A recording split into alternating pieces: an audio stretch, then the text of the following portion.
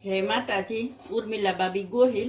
હવે આજે આપણે આખા રીંગણા બનાવશું અને એ પણ તમારે ભરવાની કોઈ જાતની ઝંઝટ નહીં રહે અને ટેસ્ટ તો તમે ભર્યા હોય એવા જ રીંગણાનો આવશે। તો આપણે સૌ પ્રથમ એમાં થોડુંક તેલ મૂકશું। રીંગણા આખા છે એટલે થોડુંક એના પ્રમાણમાં થોડુંક વધારે મૂકવું પડશે। થોડુંક જ 5 થી 6 ટેબલ સ્પૂન જેવું તેલ લઈશું। એમાં આપણે પહેલાં રાઈનો સેજ વઘાર કરશું। રાઈ ને જીરું તતડશે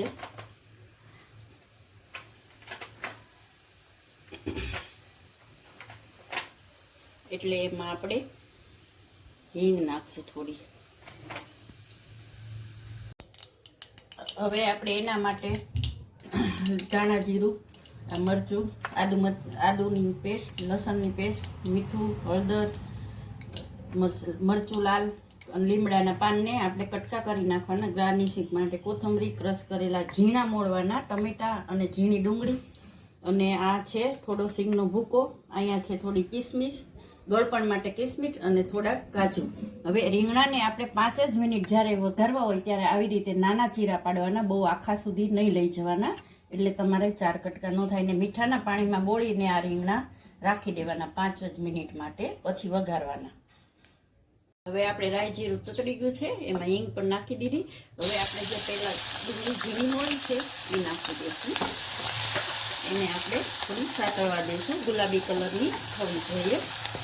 થોડીક સતળાય એટલે એમાં આપણે પહેલાં થોડુંક આમાં ચડિયાતું લસણ જોઈશે, રીંગણા છે એટલે થોડુંક 1 ચમચી જેવું લસણ ચડિયાતું નાખવાનું, ક્રશ કરેલું। આદું પણ થોડું ચડિયાતું અને મરચું પણ થોડું ચડિયાતું લીલું, એટલે એનો તમને ટેસ્ટ વધારે આવશે। અને જે કાંઈ ઉકાળો તે બધું ધીમા તાપે જ ઉકાળવાનું। આ થોડું લસણ, ડુંગળી એ બધું બ્રાઉન થઈ ગયું છે। હવે આપણે કટ કરેલા રીંગણા 5 મિનિટ પાણીમાં રાખ્યા હતા મીઠાના, એ એમાં નાખી દઈશું।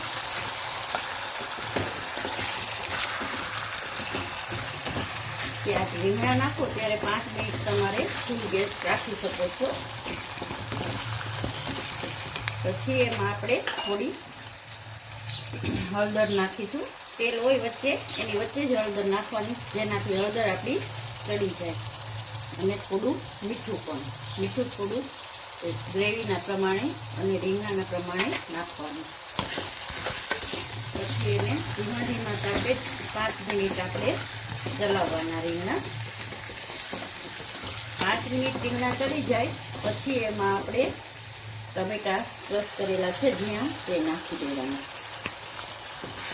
હવે આ બધી વસ્તુને આપણે ધીમા તાપે માથે ઉપર પાણી મૂકી અને ધીમા તાપે 5 મિનિટ રીંગણાને આમ જ રહેવા દઈશું।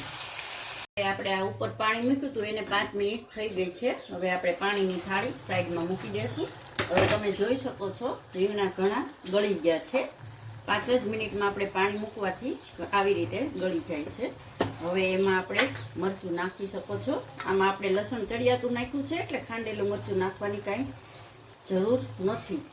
મરચું નાખ્યા પછી આપણે ધાણા જીરું, એ પણ વચ્ચે તેલનો ઢગલો હોય એમાં તેલમાં જ ઢગલો કરવાનો, ફરતું રીંગણા ઉપર નહીં, એટલે તેલમાં આપણો મસાલો પૂરતો ચડી જાય।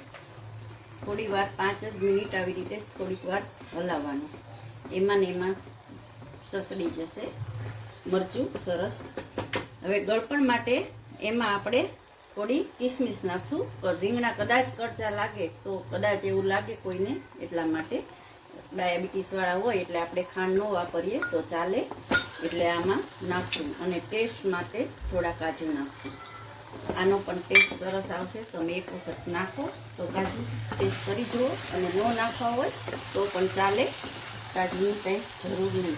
હવે જે મેં મીઠો લીમડાના કટકા કરીને રાખ્યા હતા એ હવે હું નાખું છું। કોઈ મીઠો લીમડો જમતા ન હોય પણ ડાયટ માટે મીઠો લીમડો સારો, તો હવે આમાં આપણે મીઠો લીમડો એકદમ એક રસ થઈ જશે, તો જેને નહીં ભાવતો હોય એ લોકો પણ એને પણ મીઠા લીમડાનું પોષણ મળી રહેશે। હવે થોડા ઓલું થઈ ગયું છે તો એમાં હવે આપણે થોડું પાણી નાખશું। પાણી પણ માપે જ નાખવાનું, જેનાથી આપણી ગ્રેવી જાડી અને સરસ થાય. પાણી નાખ્યા પછી આપણે 2 ચમચી આ સિંગનો ભૂકો છે તે ક્રશ કરેલો છે તે નાખશું. સિંગના ભૂકાથી આપણી ગ્રેવી એકદમ જાડી અને સરસ થશે. 5 જ મિનિટ આને ઉકાળવાનું અને પછી જોતાં પૂરતું થોડું પાણી નાખવાનું. પાણી નાખ્યા પછી એમાં થોડી આપણે કોથમરી નાખશું. કોથમરી નાખ્યા પછી આપણે 5 જ મિનિટ પછી માટે કુકરને હવે બંધ કરશું. 1 સીટી ધીમા તાપે મારવાની અને 2 સેકન્ડ માટે ખાલી અમને રહેવા દેવાનું, બીજી સીટી નહીં મારવાની. એટલે આપણું શાક તૈયાર. હવે આપણે 5 મિનિટ અને થઈ ગઈ છે. 1 સીટી થઈ ગઈ હતી અને 2 સેકન્ડ માથે થઈ ગઈ હતી. 2-5 મિનિટ બીજી થઈ હતી. હવે આપ જોઈ શકો છો આપણા ફક્ત 5 જ મિનિટમાં 1 સીટીએ રીંગણા ચડી અને સરસ થઈ ગયા છે. અને આપણે ભર્યા નથી છતાંય તમે જોઈ શકો છો, ગ્રેવી જોઈ શકો છો અને રીંગણા પણ જોઈ શકો છો. જો આપને દબાવીને બતાવું છું કે રીંગણું આપણું ચડી ગયું છે 1 જ સીટીમાં અને આખું રીંગણું પણ આખું રહ્યું છે. તો આપ જોઈ શકો છો.